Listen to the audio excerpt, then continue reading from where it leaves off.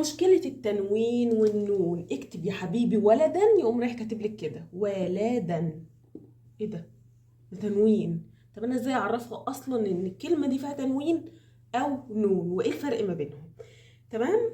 خلينا الاول نرتب الموضوع تسلسلي. لو انت عاوزه طفل مستريح وهو بيتعلم ونفسيته كويسه، خلاص نرتب الموضوع تسلسلي. ازاي؟ اول حاجه الطفل لازم يتقن التنوين الاول، يكون بيعرف ينطق تنوين. ما يكونش الطفل لسه بياخد القاعده بتاعه التنوين وانت تدخليه بقى في حاجات فرعيه. التاء المربوطه ما ينفعش يجي بعدها الف والفرق ما بين النون وما بين التنوين، لا. اول حاجه بالنسبه لي لازم اركز عليها ان الطفل لما اقول له اقرا يا حبيبي كلمه علما يقراها صح، رفيع يقراها صح. تمام، يقرا تنوين صح. فبالنسبه لي الاساسي ان الطفل يعرف ينطق التنوين صح. عرف ينطق التنوين الصح، ابتدي بقى اعرفه ان التاء المربوطه ما بيجيش بعدها الف، الهمزه ما بيجيش بعدها الف، الفرق ما بين التنوين والنون اللي هو موضوعنا النهارده. الفرق ما بين التنوين والنون ان التنوين ممكن يتحذف، انما النون ما ينفعش. النون ما ينفعش تتحذف باي شكل من الاشكال. زي ايه؟ زي كلمه كتاب. كتاب انا ينفع اشيل النون اللي انا نطقتها دي، ينفع اشيلها. كتاب الكلمه ما اتغيرتش في حاجه، لسه الكلمه كتاب زي ما هي، ما اتغيرش معناها، فعشان كده هي تنوين. انما مثلا كلمه قطن، قطن قطن، انا نطقت نون، انا نطقت هنا نون ونطقت هنا نون، بس انا ينفع اشيل النون دي؟ ما ينفعش. ما ينفعش الكلمة معناها يتغير، تتحول خالص. ممنوع، ممنوع النون دي تتشال، معنى الكلمة هيتشقلب. قط، لا ما ينفعش. تمام. كلمة تانية، كلمة علما. من ينفع اشيل التنوين؟ ينفع اشيل التنوين، هتبقى علم، الكلمة ما اتغيرتش، يبقى ما هيش نون. تمام. انما مثلا كلمة سلطان، سلطان، ينفع اشيل النون؟ سلطان، لا الكلمه اتغيرت، لا ما ينفعش اشيلها، يبقى نون ما هيش تنوين. تمام.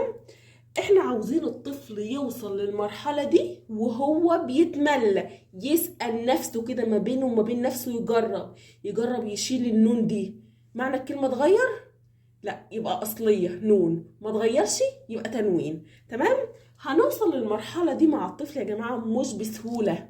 يعني انا بدي القاعده، تمام، وبسيب الطفل براحته. لما يجي يتملى مثلا وكلمه ممكن تلخبطه، اقول له لا ده تنوين واعرفه. هو مع الوقت لما يبتدي بقى يتملى فقرات وكده، ويبقى سريع في القراءه، سريع.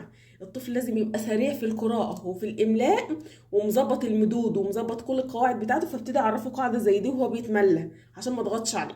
تمام. لما يجي يتملى اقول له لما يجي يقول لي نون ولا تنوين، اقول له ما اعرفش، انطق الكلمه وشوف النون ينفع احذفها ولا لا.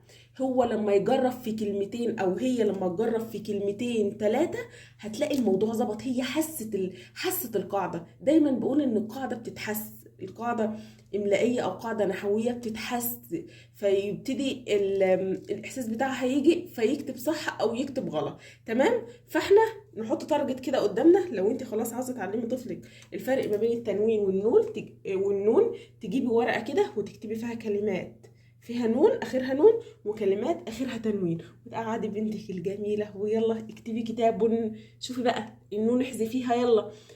لو ينفع تتحذف يبقى ايه؟ تنوين. لو ما ينفعش يبقى نون. تمام. وتبتدوا تطبقوا على 5 6 كلمات تنوين و5 6 كلمات نون. القاعده هتثبت بالنسبه لها، ولما تيجي تتملى قولها انا ما اعرفش، انت انطق الكلمه وشوفي النون هتتحذف ولا لا. لو اتحذفت يبقى تنوين، ما اتحذفتش يبقى نون. شويه كده هتلاقيها اتقنت القاعده لوحدها. تمام. فاحنا دايما بنركز ان احنا بندي المعلومه للطفل وبنفهمها له بطريقه سلسه، وبعد كده هو يطبق. انت مش هتفضلي ماشيه وراه على طول، لا دي تنوين، لا دي نون، لا. انت عندك القاعده، انا فهمتها لك، خلاص اختبر الحاجه بقى في دماغك ما بينك وما بين نفسك، وبعد كده اكتب.